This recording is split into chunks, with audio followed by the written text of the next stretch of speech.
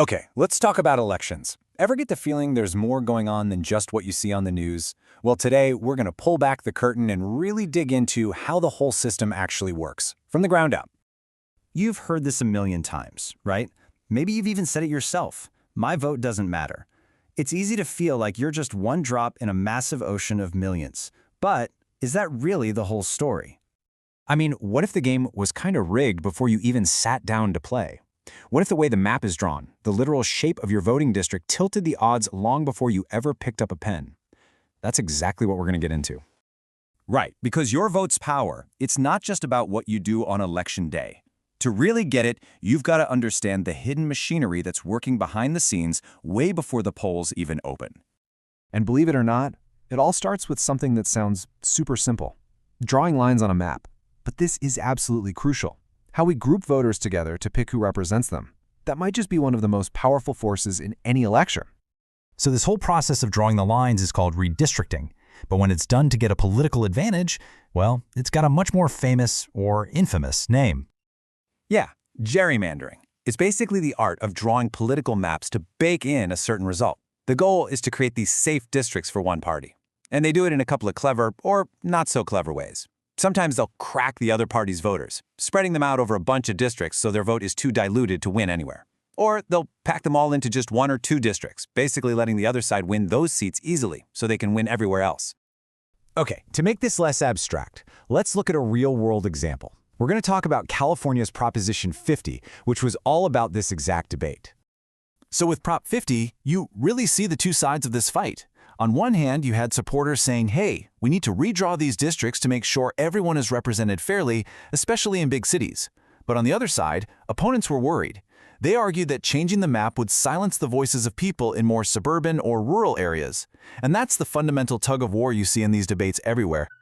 And let's be clear, this isn't just a California thing. Not at all. We see these exact same fights over maps playing out in states all over the country. You've got Texas, Florida, New York, you name it. And these quiet, behind-the-scenes battles can literally decide who controls Congress before anyone even heads to the polls. Okay, so that's how powerful these district lines are for Congress. Now, let's kind of zoom out a bit. How does this all fit into the bigger picture of federal elections? You know, the race for the White House. So federal elections have this really predictable rhythm, right? It's designed for a mix of stability and responding to what people want. Every 2 years, bam, all 435 seats in the House of Representatives are up for grabs. That keeps them on their toes. Then every 4 years, it's the big one, president and vice president.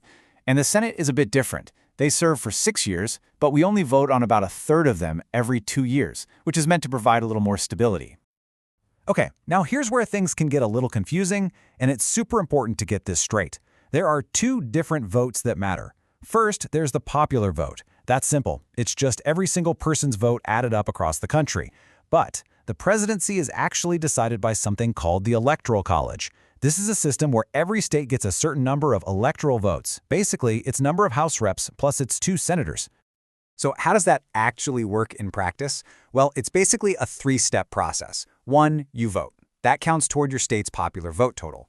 2, your state counts up all those votes and declares a winner. And 3, whoever wins the popular vote in your state gets all of that state's electoral votes. It's a winner-take-all system pretty much everywhere, except for Maine and Nebraska. So when you cast your ballot, you're really voting for a slate of electors who have pledged to vote for your candidate. But you know, with all the attention on the presidential race, it's so easy to forget where a massive amount of power really is. And that's right in your own backyard, your state government. Seriously, the stuff on your state ballot has a huge impact on your day-to-day life. Your governor? Think of them as a mini president for your state.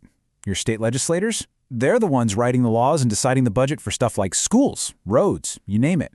And then you've got ballot propositions, just like that Prop 50 we talked about, where you get to vote directly on a specific law. And here's a really key point.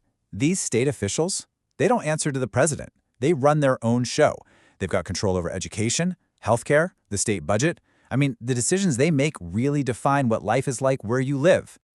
All right, so we've covered a lot. We've talked about drawing district lines, how federal elections work, and the power of state government. So let's tie it all together. Why does any of this matter? Let's boil it all down. Think of it like this. Gerrymandering, that's all about whether your personal vote is even counted fairly for Congress. The Electoral College, That decides how much your state's vote matters for the presidency. And your state elections?